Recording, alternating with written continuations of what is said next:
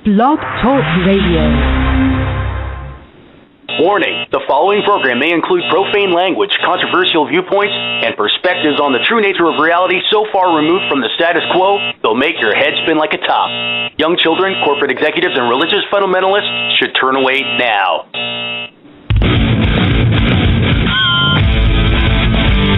Good evening, guys, planet Earth, Earthlings, friends, neighbors, what's up? Welcome to Extraordinary Year. I'm Tim Bravo. Thanks for joining us tonight. A T-minus 121 days until December 21st, 2012. Lots of ones and twos there. 121 days until 12/21/2012. Hopefully most of you have heard we've moved to Tuesday evenings. I guess if you're listening, you heard. We're going to play it loose tonight. It's not going to be so structured. Anybody feels like calling in, chit-chatting, pick up the phone. The number's 858-956-2147. Of course, it's at the top of the episode page. Okay, so we moved to Tuesdays because many of you guys know that I'm in a band with David, who is one of our co-hosts. Well, Matt, our other co-host, just joined the band anyway, and because of just life stuff and schedules, going back to school and the new semester being in, some stuff has to get juggled around, so we're moving Tuesdays so that we can be able to get together and play music on Wednesdays. So hopefully that doesn't put a crimp in anyone's style. Hopefully everybody can accommodate and listen live if they want. Of course, you guys know that we always do the YouTube episodes after, the day after. There's always the archives on Blog Talk Radio. So we're going to be covered, but hopefully it doesn't inconvenience anybody out there. First thing I want to do tonight is express some gratitude because, I've been doing this show for a while, and let me explain to you guys who don't know, maybe you just started listening, how this whole show got started. The way this started was like 2 or 3 years ago, 2009, when David got back in the band. He came back with all these questions about 2012, and he knew I was into this stuff. So, every once in a while we'd have a deep conversation. He's coming from it's going to be a catastrophe kind of viewpoint. He's the guy is actually bought all kinds of survival gear because, he's really into that timeline, and he especially was when we first met. So I would always try to talk him down off the ledge and explain that it's an opportunity, not the end, but the beginning. And so 2012 finally rolls around, and we're sitting around talking about it. We decided we're going to get together finally to talk about it. And the conversations were so great, and Matt came in because those guys were roommates. These conversations were so great, we decided we would do this all the time, like make a regular thing out of it, like every other Friday or something. And got to thinking about it, and just figured, as long as we're having these conversations, they're conversations that need to be had so that people can, address the stuff for themselves and decide what they think is going on, if anything. It just seemed to make sense to open up the conversation to, the world, because we have this thing called the internet. So we decided to do that. We could still have our talks. We don't have to actually go to the same location to do it. People can call in and talk with us about it if they like what we're talking about. It was kind of the whole idea behind this. So that's how Extraordinary Year got started. Last week it was a little dry. I hope that you guys, I felt it was, and I was starting to feel kind of lonely out there. And then after the show, there was this explosion. People came out of the woodwork and, were letting me know that they listen, that they're out there, that it's actually something that's valuable to them. It was almost overwhelming, you guys, and I just have to express gratitude because it kind of came at a point when it was not needed. I mean, I'm not going to cut this out. I'm going to be doing this. But, at a time when just the whole scene is demoralizing. And so, I'm really just super grateful for all you guys who came out and showed some appreciation, stuck your heads up. Plus, I've met so many new people in the last week. Just not even just because of the show, just people who are waking up and people who are on the same wavelength. And I'm just running into they're like dropping in like rain. It's an awesome thing to see it happen. It's about time. And I'm very grateful that it's happening. I'm talking Facebook, Twitter, emails, all over the place. You guys came out, so thanks. And I'm talking to you. Yes, you. Yeah. And when teleportation is a reality, guys, I'm going to come and shake each of your hands. Personally, I'm just going to zip over there and be like, dude, thank you. Okay, so Thrive reminder. As much as I've heard from you guys in last week, I'm really surprised no one let me know they're joining our big Thrive Awareness Weekend that I was pushing last week. The whole point of last week's show was this Thrive Awareness Weekend, September 1st and 2nd. I want to get rolling, and I'd really like to see it go beyond Wichita. Now, if you don't know what I'm talking about, you weren't listening last week, basically go to thrivemovement.com. If you don't know what the Thrive Movement is by now, listening to the show, I'm guessing you probably already know Thrive. You've probably seen it. You have maybe seen it more than once. But the reason that we're doing this is because I see this as a real chance for change. While we're sitting here complaining about nothing happening, we've actually tried to do something about making something happen. We've had a handful of people join the Thrive Wichita page. That's kind of encouraging to me. So I'm hoping that it will just be me out there on September 1st walking around trying to get people to watch that movie that night and come out and stand on a court with a sign next day. But that's what I'm going to do. And I invite everybody out there to join me. Go get involved with the Thrive Movement and get that up September 1st and 2nd. Let me know that you're going to do it, and we'll add it to the page and track it. So it'll be cool. Let's make it a cool thing. Another cool thing that we have the Thrive Movement going on in Wichita now is we're going to need it. And I don't know how much this affects other communities out there, because what I hear is more communities are going away from fluoride and fluoridating their water than are signing on to it. But in the midst of that, and in the midst of a recession, the city of Wichita, where I live, is looking at adding fluoride to their water. Seriously looking at it, regardless of the millions of dollars it would take to put in the equipment and the hundreds of thousands of dollars a year in maintenance, they're actually looking at this. So somebody has got to be behind it. Somebody's pushing this, because there's a huge group of people who are supporting putting this in there, and they're already batting down the crazy conspiracy theorists who say that fluoride's a bad thing. They're saying things, and it's getting in the paper. Like, they're saying, like, someone who is against fluoride is probably somebody who believes in that crazy 9/11 conspiracy. Well, they just happen to be right. But we need to get out there and be mobilized and fend off this fluoride attack. So they're going to have it on the ballot in November. And among other things, we can use this Thrive group to raise public awareness ahead of the vote. And you know what? Where you are, there might be some shady crap going on. And if you hear about it, people can't stand up and say no. And the Thrive Movement is one way for people to connect. It's like Occupy, only maybe we can actually, get something really going. And a way that's not like Occupy is it's really focused on what light workers want to see in the world, from abundance and free energy to, ET contact and advanced spirituality and oneness with the universe. I mean, come on. What could be bad about that? Okay, so let's just talk about some news. David Icke. What the heck is going on with this dude? I have to confess, I don't really track him. I know who he is. I've watched some of his videos. I've seen enough of him. I obviously know his stories about the reptilians, and I don't say stories like I don't believe it. I believe David Icke has a lot of really credible information, and I don't believe that David Icke is some sort of Illuminati plant.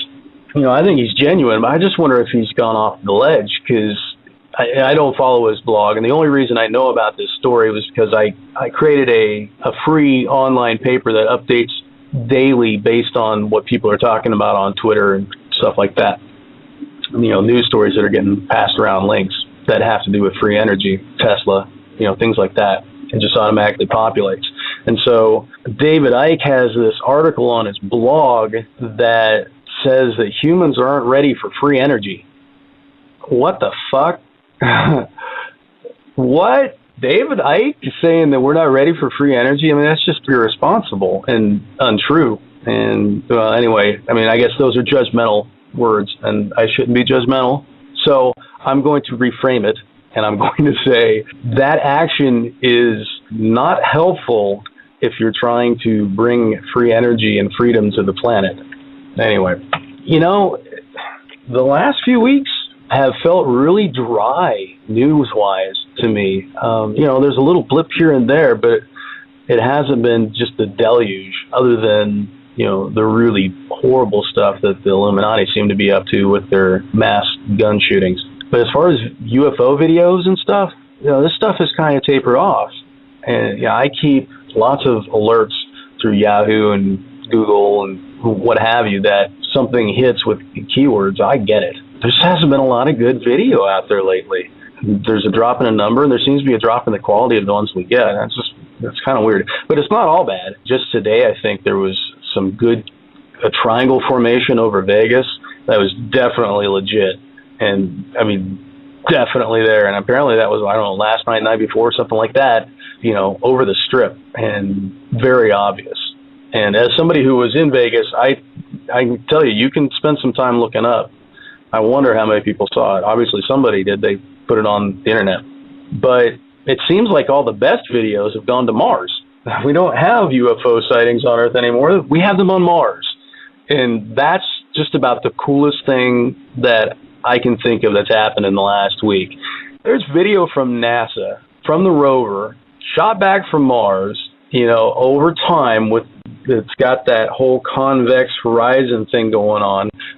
And you can watch this white orb travel from left to right all the way across the horizon in the background, slowly, but at a good pace and keeping it at the same distance up, the same altitude, just kind of level with the ground all the way across, just trucking across. That's from Mars, folks. NASA footage.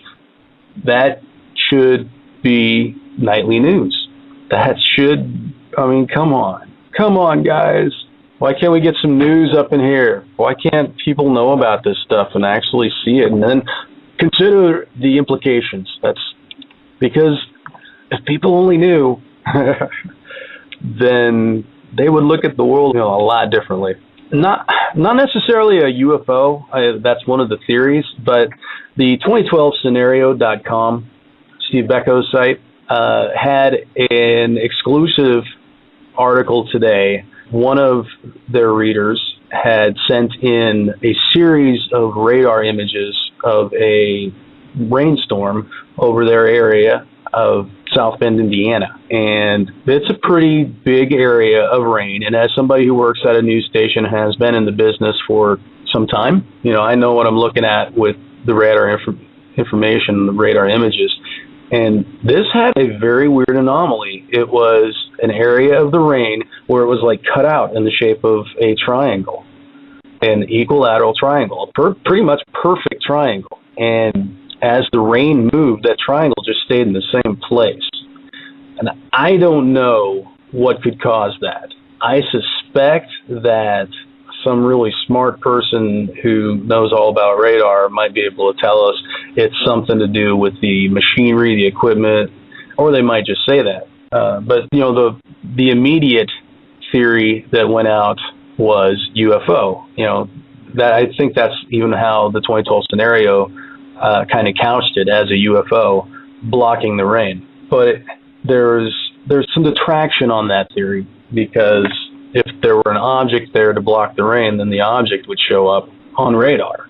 So maybe that's not it. Maybe it is just a radar anomaly. But how? What would cause that? One would think that if there were something there blocking the rain, then, it just happened to be in the shape of a perfect triangle, then whatever was rolling on top would have to roll off the sides pretty much equally, and so you'd get like a border of enhanced rain around the edges, I would think.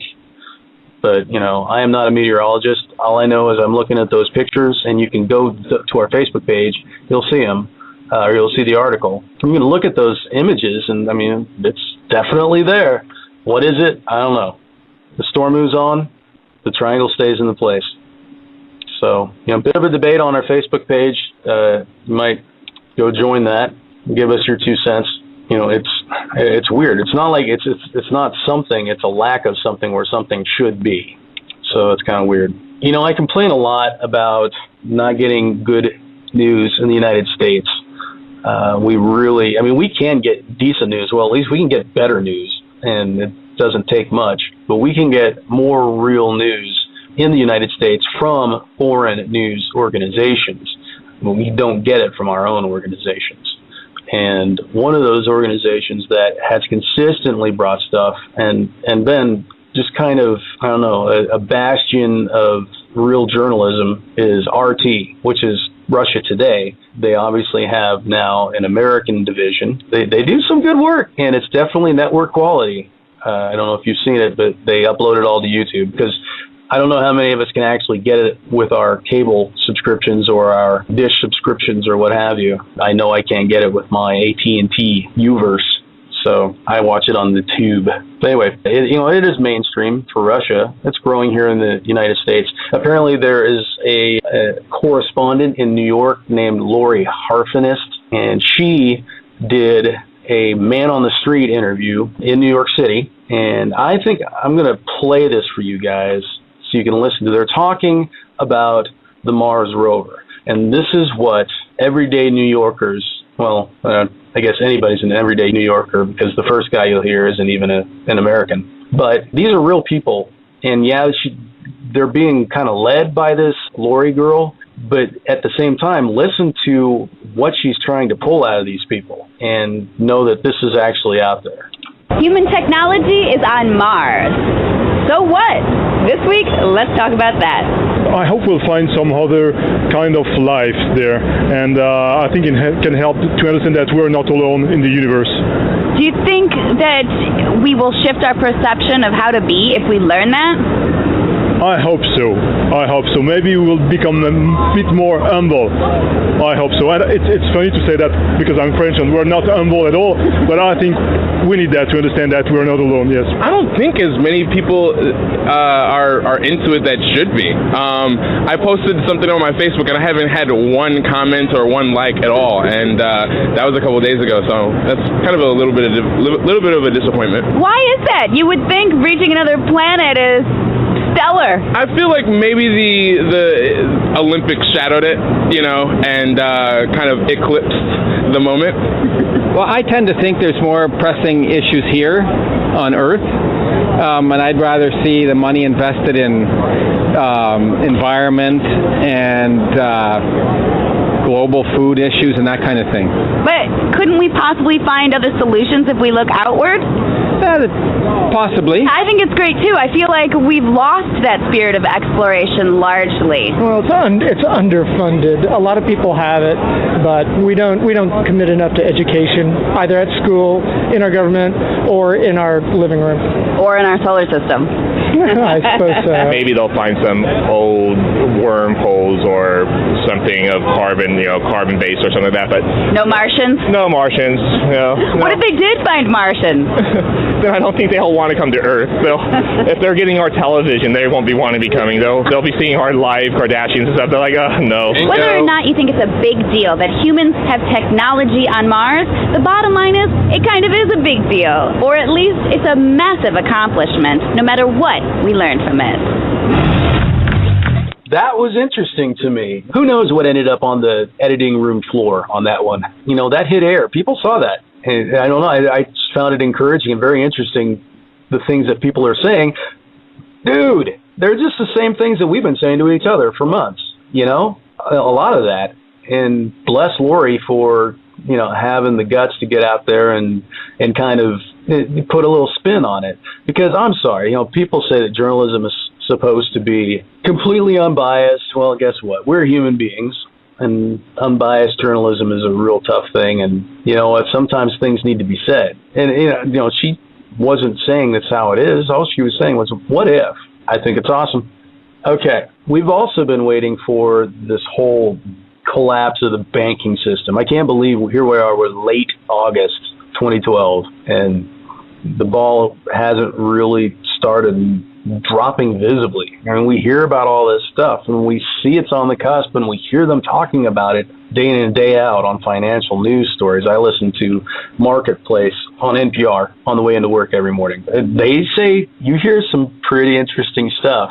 It's a look at how the financial world on the global level is looking at the financial situation right now, and the things they're saying are very interesting. But we keep waiting for something to happen, and nothing actually seems that we're ready, right? But here's a little trickle of information about the whole financial picture. Finland is apparently preparing for the breakup of the Eurozone. That is what their foreign minister told the Telegraph, a newspaper in the UK. The foreign minister for Finland said that Finland is preparing for the breakup of the Eurozone. That'd be like Hillary Clinton saying, going to Canada or something and, saying that in a paper there. It would have an effect. Well, the next day, or maybe even later that day, the Minister for European Affairs for the country was like on the offensive. He's like, no, what? No, we're totally committed to the Euro. I don't know. It's like the Secretary of State going and saying that. So, it's obviously just a political backtrack. I'm going to guess that the first story was the true one. And also in the financial news, the U.S. is going after the LIBOR banks, 7 of them. But I didn't get that information from United States News. Know why most of the U.S. doesn't know we don't have real news in the U.S.? Because we don't have real news in the U.S. This story was also in the Telegraph. I had to go to Europe to find some information about my own country. But 7 of the big banks have been summoned and subpoenaed all at once. And this has got financial industry insiders surprised. They knew something was coming, but they didn't think it would come down all at once. But they don't seem to be talking about that in America. But in one part of America, they're going to be talking about 9/11 truth, I bet you. Denver. Yeah, I know they're probably pretty occupied with the whole James Holmes thing. But the architects and engineers for 9/11 truth have a movie, a documentary called Explosive Evidence, Experts Speak Out. And it's a very well-documented, very thorough talk, of among their now more than, I believe, 1,600 professional architects and structural engineers who have gone on the petition to say, this is some bullshit. This didn't happen the way they said it happened. That would be impossible. And, they're staking their livelihoods on it and their reputations. And they're going out there and saying these things. And so this documentary is, it's explosive evidence, literally and figuratively. And it's experts speaking out about 9/11. This is airing on the PBS station in Denver. Yeah, I don't think it's going to come right after Sesame Street. And I don't know how many of you watch PBS, but it's airing in a major network. And that's pretty freaking cool. And hopefully there'll be some talk about it before it happens. Maybe they've got a relationship with the newspaper, but it's a pretty cool thing. And another thing that's going on that isn't being talked about, nuke plants. Guys, nuke plants are shutting down left and right. I think last week we talked about Dutchsinse saying that in the United States, when these nuclear, did I just say that again? Oh my God. 8 years of Bush and I'm corrupted.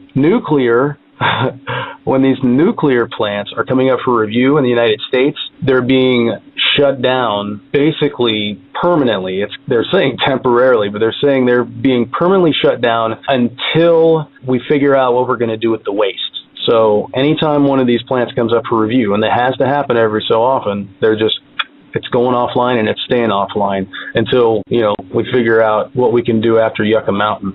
So that's cool. And Suspicious Observers channel has mentioned like 1 or more nuclear plants globally shutting down in his 2-minute news each day, it seems like every day.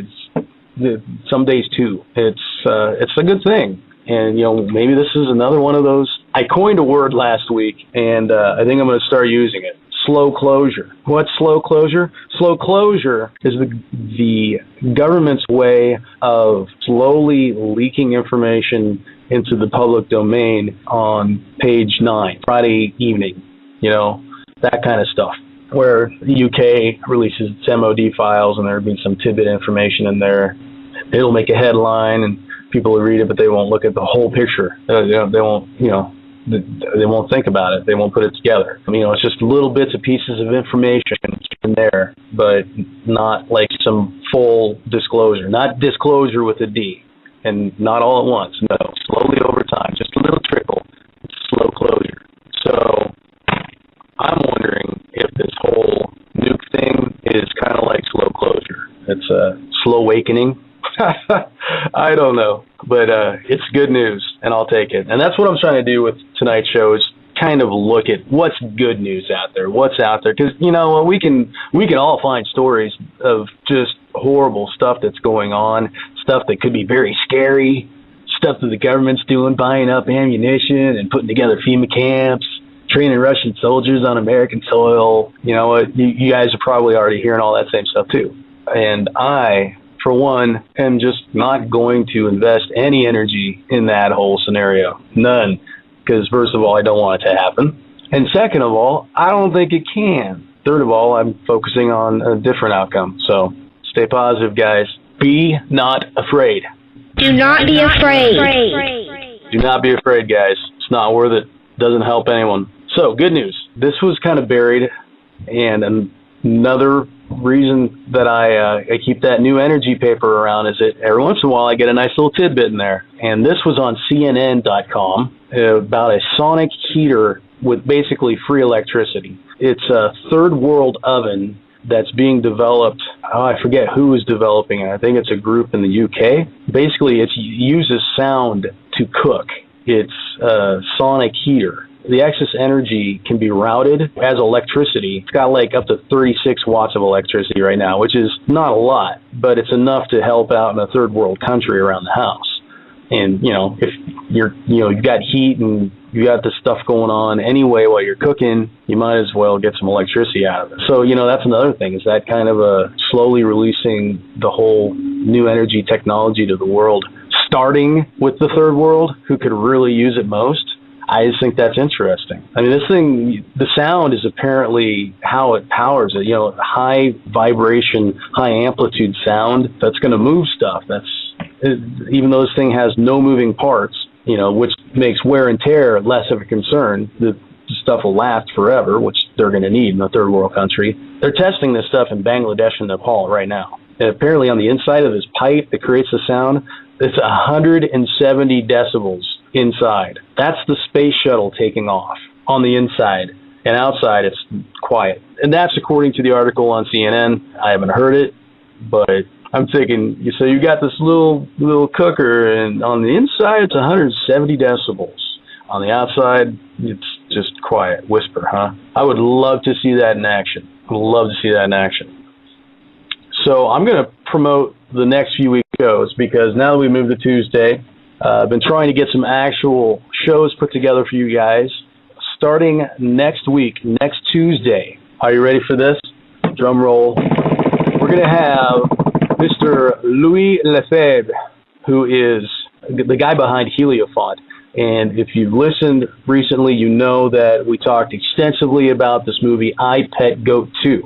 And if you haven't seen it, for the love of all that is holy and hopeful and amazing and beautiful, go watch I, Pet Goat 2. Go watch it. It is amazing. Whoever put that together has an amazing mind. And guess what? We're going to talk to him. This is the guy who basically, mostly by himself over the course of years, put this movie together. And it's only like 7-8 minutes long. Don't quote me on that, but it's not that long. It's amazing. I don't know if I mentioned that. So we're going to talk with Louis Lefebvre next week, and we're going to get a chance to ask him, what did you mean with the whole cave that had the clitoris or whatever? Was it a uvula? I don't know what that was. What did you mean when the apple opened up in the plant with the lotus flower came out and the sweat came down Obama's, Obama started sweating? What did you mean when, this, that, or the other? What was that about? Guess what? You're going to get to ask him. So call in, check that out. Ask 213. What up? Hey, what's happening, man? Pete. How you doing? Thanks for calling in, man. Hey, man, my pleasure. I always enjoy your show. It's always a little easier to do when I'm when I've got somebody to actually bounce something off. Otherwise, I just feel kind of weird. Hey, man, that's cool. Yeah, and you're like becoming a regular thing. Thanks for calling in, brother. Hey, man, my pleasure, like I said. So let me talk about the next couple weeks after that, and then you can sound off for us here, Pete. All right, man, keep on going. September 4th, we're going to have, that's the week after next Tuesday, we're going to have a 2012 journalist panel. Lisa Harrison is going to make her first appearance on the show, and we're going to pull in Steve Becko back onto the show, and Dr. Joe Mara. They're all going to come together, and possibly another special guest, but I haven't got confirmation, So until I do, I'm going to keep mum on that. But another colorful individual, hopefully, will be joining us that evening. So that's going to be a cool show. And then September 11th just happens to be a show night. So what do you think we're going to talk about that night? Well, I guess it would be all about 9/11. Yeah, and I try to make It'll be the 11th anniversary. Exactly. It'll be the 11th anniversary of 9/11. But the interesting thing is it's happening on a Tuesday, which was the original day that it happened. It was a Tuesday. Wow. And, okay. And it's 2012. And didn't know that. It's hopefully our last look at 9/11, because it should be the last time we have to go through it with the deniers around us. They call us the conspiracy theorists, but seriously. Yeah. I think it's always going to be around. I don't think it's ever going to go away. You know, it's going to be kind of like the JFK, the Gulf of Tonkin, you know, those things. It's just going to stay with us. If everybody knew the truth about everything that happened, though, that wouldn't be an issue. Yeah, and that's what I think. That's one of those. Yeah, I'm one of those guys, man. It's hard for me to talk about that. I don't know why. It's just kind of hard for me to talk about what is the truth and what is the falsehoods of that whole thing. I guess maybe I choose not to look at it because I want to kind of, I know I would have to react on it or something, but and it's so deep and it's so vast and so many people were killed in that thing, and, you know, I mean, how are the loved ones speaking about this, or why isn't their voice more prominent if they did feel like there is something really up, you know, that was totally, you know, by our government, you know, so it's... Yeah, well, that stuff is suppressed. The information doesn't make it into the media that people are actually talking about it. There are, I hear you, you know, real people out there who are willing to there are people in, you know, in the Hollywood circles and stuff who are willing to, you know, say they think the official story is a lie. People like Daniel Sanjata, who was on Rescue Me. I don't know if you ever watched that show, but he actually, in an episode, he played a firefighter who questioned the official theory, and actually got to question the official theory on the show, on HBO. It was a pretty big deal, and actually I've talked to him about coming on the show. Hopefully he can work it into his schedule. He's a pretty busy guy. He's been doing a lot of movies since that show ended, so hopefully we can catch him between shooting and get him on the show to talk about 9/11, because I know it's something he's passionate about. Well, I'm a retired fireman. I was on duty that day. I guess it should be a day too. You know, like where were you? Where were you on 9/11? Yeah, I remember. I was in a news building. See, what does it mean? Where were you on 9/11, and what does it mean to you today? You know, I mean, just being at that spot, does it speak to you today in any way? Well, I'm not in the same building. I've been jumped since then, but yeah, I don't try to dwell on the actual event as much as the need for people to know who actually did it and why they did it and what's happened since that is directly related to it. Yeah. And I mean, I hear you. It is both the biggest crime that the elite of this planet have ever perpetrated, at least that I can think of. I think it is their biggest crime ever, and I'm really hoping. You know what? I think there was a bigger one than that. What's that? It's when we dropped our bombs on Hiroshima and Nagasaki. I think those crimes far outweigh those buildings coming down. I think our off-world friends would probably agree. That's a good point. That's a crime against humanity. There's no doubt about it. And, well, we have to. Yeah. That rips the fabric of the universe. That hurts people beyond this dimension. That actually affected. There were souls who weren't even on this plane that got foobarred in those deals. Yeah. And that's not okay. And apparently the souls that are obliterated in that sort of destruction, it takes a while to reintegrate them. Well, however they work it on the other side, I don't know. But on this side, I at least know that, you know, total annihilation of people, and with one little cluster, you know, is not something that we shouldn't call a crime. I think, any payment for killing anybody is a crime. All military is a crime in one way or another if they're getting paid to kill people. That's like hunting down your fellow human. So I mean we have to really start looking at these things a little bit, with a keener eye, I think, on what we're really doing. Agreed. Yeah. No, I'm all in with you there, buddy. Yeah. So, did you have something in mind when you called in? Was there something I missed? No, I was just listening to you. I was listening to about, there's this is extraordinary year, and I think that your program is a good program. I think you got a great title, and I think the subject matters that you cover are, in a way some of them might be a little bit on the peripheral, a little bit too much, but you have more. You have some subjects in that you cover very well in the center, and one of the things is us as Americans is that we're still in Afghanistan. I mean, that was on my mind today. We're still in Afghanistan. We have those. We're still killing people over there, and we're still having our people killed. Right, and it's gotten to the point to where our allies over there are killing us. So we don't know in uniform who's going to take the next shot. Brown on green? I have no idea, but it doesn't sound really good to me. But President Obama is talking about pulling us out now, getting us out of there. And he was talking about that in 2008. And I voted for him because he was talking about it in 2008.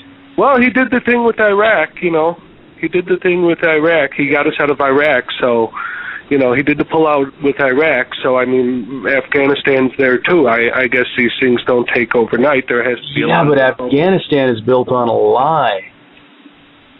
Afghanistan wasn't... Well, see, now, that's where you and I would differ. Because I would say, people saw those buildings come down, whether it was the propaganda thrown at the American people or not, right there and then, you're not going to question it. I mean, I was the first one to say, hey, I'm a pretty peaceful guy, and I was the first one to say, hey, if you're going to hit Afghanistan, there's not much I can say or do. I mean, that's just the way it is. I mean, that's how it was being sold and everything like that. It's when they turned towards Iraq. And then we were like, what the hell are you doing? I mean, and then there was the whole media circus and the lie in front of the UN by Colin Powell. And it's... The whole deal was shitty. Yeah, so I mean, with Afghanistan, I kind of understood, oh man, I mean, that's how we were being sold it anyway, in the masses. So I mean, there wasn't much. If they were to have gone into Afghanistan without that happening, then you're looking at, I would have been up in arms about it. But, after that happened, what are you going to say to all those people? And is there really truly a problem that I'm not really seeing here? There was a lot there, and there's still a lot there. But it is good. It's been 11 years, whatever. Get them out of there. It's time to come home. It's time to even wrap up, all our troops around the world. I mean, why we are even policing the world is beyond me, but...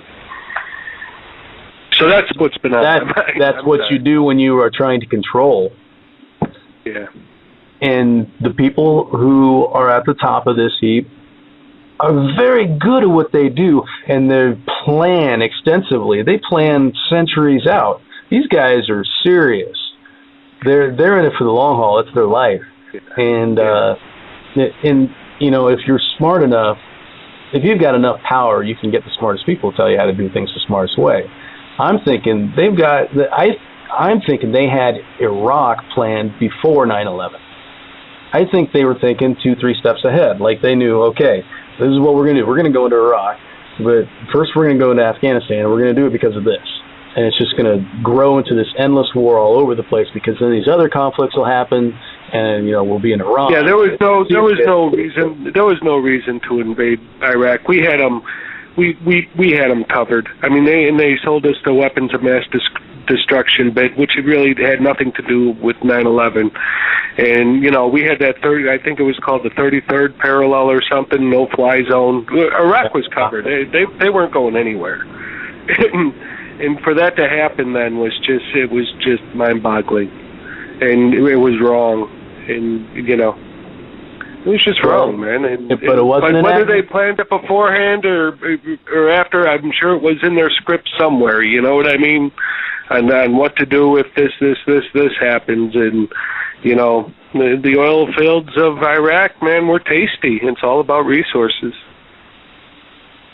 Yeah, well, I'm ready for our brothers and sisters from the stars to just make their appearance and make themselves known, and let's get on with that whole aspect of things, because they've got a lot of technology and a lot of information and ways for us to access information that it'll make these arguments move. Yeah, the whole thing is they have made their appearance. They're here. They appear all the time. They do. I don't think you get too many chuckles anymore if you talk about UFOs like you used to back in the 60s or 70s. People have been ballsier. What's that? People have been ballsier. You're right. Yeah, it's hey, man, if you're seeing things, I mean, there's video all over the place. It's kind of like saying there's not a crop circle over in England. Well, there's crop circles over in England. What's causing these crop circles is another question. They're crop there's lights out in the sky. There's these tapes of flying objects that don't look like they're made by men. So I mean, people I think are more open to it all, like they have never been before. And you're not considered loony or a nutcase if you talk about these things anymore. It's pretty much on the it has entered the American conversation. That's the human conversation. Well said, and even better, the human conversation, because what is that? That is just the manifestation of the awakening, of the collective taking on this reality, and it's evidence of it, and I think that's awesome. That's cool. Yeah, that is cool. That's the star people have been talked about by our ancestors for thousands of years. And I call them star people because that's what the Hopi call them. Maybe not my ancestors. Maybe they just said, what the hell is that? Or those are, our ancestors moving around in the sky, whatever. But there's something there, and it's been around for a long time. And I think it's not going away anytime soon. And, you could talk about it with your family and your friends, and don't think like they think you're nutty if, you're seeing what you're seeing, not because you're having these visions or whatever, but it's being fed to you through, our common mass media, the internet. That's valuable. I mean, that's an important change to observe in our society. But I'm not going to be happy until I can say, yeah, I'm going over to Zork's house, or I'm going to go hang out with Salusa on the ship for a while. I'm talking contact. I mean, person to person contact and conversation. Well, that doesn't seem like it's up to us. It is up to us. It's only no, I don't think so. I think it's a two-way street here. So I mean, I'm happy with it the way it is. I mean, it's here. We see that it's there. What else do we need? I mean, if there is not a total communication between, say, myself personally and in Mork on the ship, that doesn't bother me. It seems like they're harmless already. It seems like if they really wanted to blow us away or whatever, they would. But I would like to see our collective paradigm shift happen because we want it to happen, and we finally recognize each other for who we are to each other, and that's that we're all related in this collective on this world, and the outside source really doesn't need to be available for that. It's just hair. You're right. I completely see that point of view. And yeah, it would be awesome for us to just everybody actually make that shift together and recognize that we are one tribe, one family here. Yeah. But it's also it's kind of like we are one family with the Space Brothers. And so I would like that reality to be expressed in my reality. Why not, before we start trying to find this, Space Brother reality, to where that collective body with the universe comes in, why can't we, or that shift of thinking, why can't we first try that here on Earth between ourselves? I mean, it's kind of like saying you can love others without loving yourself first. You know what I mean? So, I mean, it's kind of, I'm looking at, you have to love yourself first before you love others. That's a really, kind of like, that's a good analogy. It's kind of like a collective thing here that we're trying to achieve, and to try to reach out and say, well, this is, we need to love these things first, and these things need to love us before we can love each other. I think that's not a good way to approach this in our problems here on Earth between ourselves. Sound points, brother. It all makes sense. It all makes sense. And yeah. That's a really cool analogy. As above, so below. Yeah. Extraordinary 2012, Let's make it happen. That would be extraordinary, and that would be good. And I think that we're headed that way if we really want it. So, Yeah, we got to break down some walls, though. The walls in the media have got to break down. Listen, like I said last week. I agree. If people only knew, man, if people only knew this, that, and the other. So we have to make that information available to everybody so they can choose for themselves. We can't sit there and go, you might have heard about this thing. We just want you to know it's not true. Don't listen. Those people are nuts. Yeah, I don't understand. I don't know how we're going to break that down. I mean, that's a big question too. It's kind of like, behind that conversation. We're circumventing the mainstream conversation, like you put it, and we're having our own conversation. Know how I deal with mass media that's controlled by the 5 powerhouses? Yeah. Know what I do with them? What do you do? I just shut them off. I don't even listen. Yeah. I mean, I don't go beyond the headlines that I get, stuck in my face anytime I log into a Yahoo account, or whatever, wherever you go, they're constantly putting news in front of you, their news story, their version, what they want you to see as our collective reality, and I'll open up to a talking head every once in a while, like I'll catch something by Glenn Beck, or I'll catch something by The Morning Joe, or I'll catch something, here and there, just to kind of get a feel of what's being done, what's being said, what they're finding important. But, for a day in, day out feed of it, while, I get bombarded by, what's going to make me happy by what I drink, or by what insurance I buy, or by, I think that's all a crock of shit, and it's just a little bit, excuse my language, but it's no, you don't. So, I turn away, I mean, even YouTube videos that come up with an advertisement on the front, unless it has skip in 3 seconds, I just shut it off. It drives nuts. It's like, what are you people hoping somebody clicks, you get 3 cents? Lose the greed. It's just not worth it. Let me get to the content. That's it, man. And I just kind of shove it aside, unless it's open and it's there. I mean, why can't they have a little thing on the side or something that says eat at McDonald's or whatever? I don't know. So they'll eventually have some pay them $50 a month, and they won't give you advertising. All right, I got to go here, Pete. It's a minute out. All right, man. Good talking to you, and I guess I'll tune in next week and keep on doing the good work. And like I said, I always enjoy the program.